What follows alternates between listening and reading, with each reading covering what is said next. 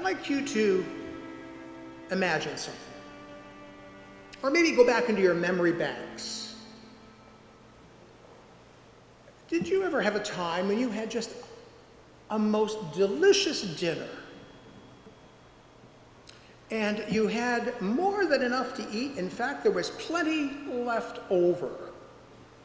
I think maybe a Thanksgiving dinner. All that stuff that we don't normally have all together, and it's all there. There's just so much of it. And the dinner is finished, and people clean the plates and put things away. They wrap tightly the leftovers, put them in the fridge, in the containers provided, all of that. And then everybody goes to take a nap. Now, maybe about 10 o'clock, 10:30, you sneak down to the kitchen, and you open the fridge door, and you start looking for that one thing that so enticed you in that meal, that so satisfied you. You said, boy, I gotta have more of that. And you looked, and you looked, and you looked some more. You started taking everything out of the fridge. Everything's on the kitchen table. Nothing is left. And you can't find it. It's gone. You look over at the sink, and there's the container that it was in. Somebody beat you to it. Now, what did you feel when that happened to you? What were you feeling just at that moment? Even more than what you were feeling, what did you think? And what did you do? There's lots of responses we could have. He said, oh, well, I missed the opportunity. And just take something else. Or just say, rats, put it back to bed, or whatever. Or we could get angry, we could get frustrated, we could just say, whoever brought that to the dinner, I'm going to tell them to make more. It was so good. If you can get in touch with that, you may have an idea of what is in the people's minds and hearts as they chased Jesus down across the Sea of Tiberias to Caesarea. To Capernaum, actually, not Caesarea, excuse me. To Capernaum.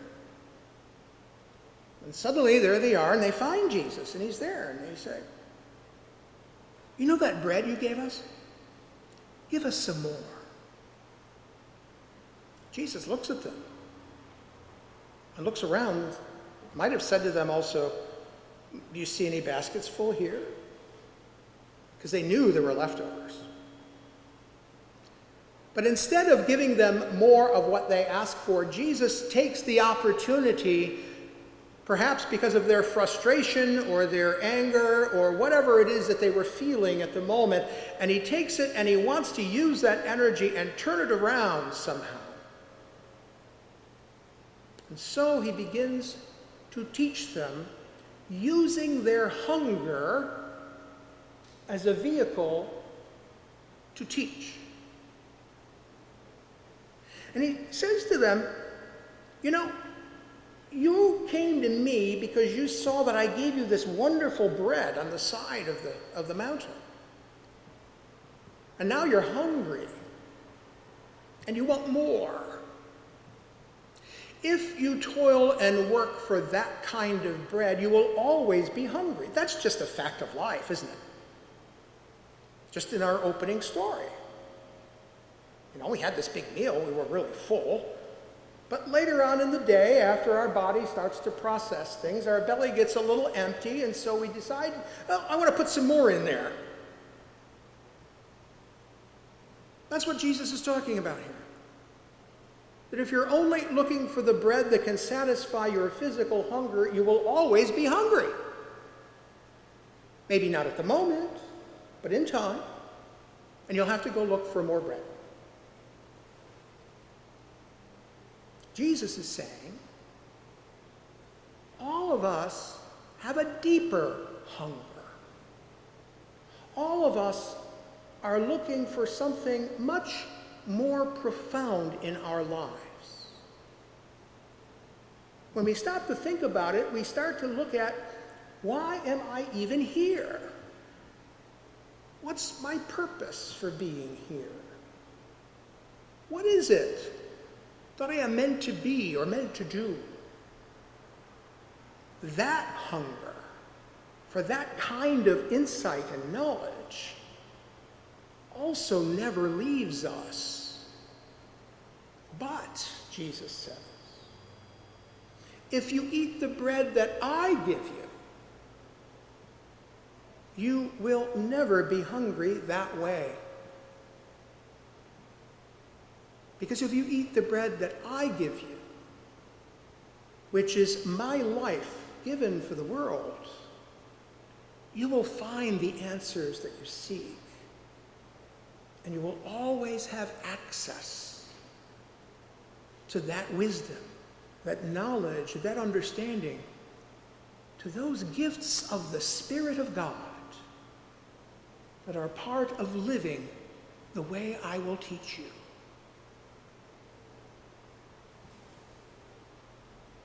Well, then they ask, what must we do to get this bread?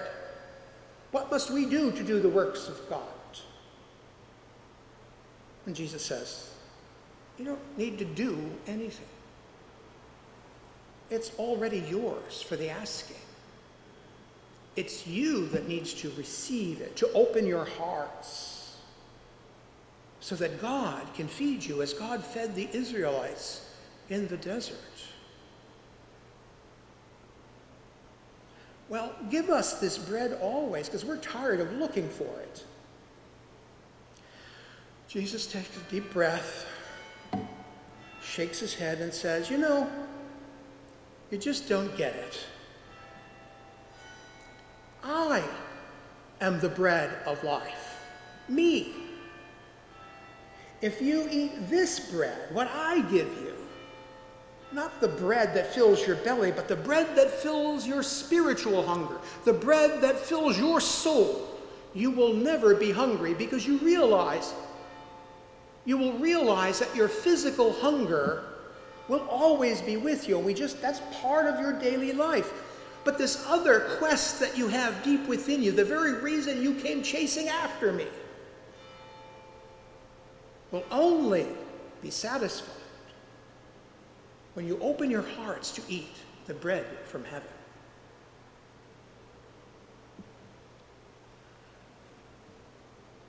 They still don't get it. And that's okay. The disciples probably didn't get it either. As we've talked about before, they can be a little thick in the head. And so can we. But you see, there's a great gift that we have. And it's right there, at that table. It's the bread of heaven. The bread of heaven that is given to us so that each time we take but this slight morsel of bread, our bellies are far from full. But because we are saying by taking that bread that Jesus is the bread of heaven, that Jesus is the answer, that Jesus is the way, and we take it to ourselves and we say we are willing to hear what God has to say to my heart, then the gift will come and the bread will satisfy. This bread reminds us that our spiritual lives are very much tied up with our physical bodies and lives. Jesus made that very clear. We're not some sort of spirit imprisoned in this body of ours, but rather we are each unique and called into being by God. And that each of us has been called into being, as St. Paul teaches us, with a purpose, with gifts given by the Spirit, so that we can be about the business of building up the body of Christ, of building up the church. And for what purpose? Not to build magnificent edifices, but to go out into the world and to tell a hurting and broken world that there is an answer, that there is a way of living that will help us understand that the pursuit of the things of this world in the end is useless, and that the important things are the things of the heart, the things of the soul. I am the bread of life. Whoever comes to me will never be hungry. Are you hungry? Are you searching around in the refrigerator for those leftovers? Are you going to Jesus every time you pray and say, "Give me something"? Whether it's relief from the anxieties I have, or a cure for an illness I may have, or something for my family, or even my world. Give us something, God. Show us. How many times in the last few days have you simply raised your mind to God and been moved to praise and thank God for nothing more than simply being alive, simply having the air to breathe around us, simply having the food that we do have to eat, simply having a home to share? Whereas every time we say, "Jesus," we're on the verge of asking for something. That's the transformation Jesus can make with this bread of life. He can change our hearts.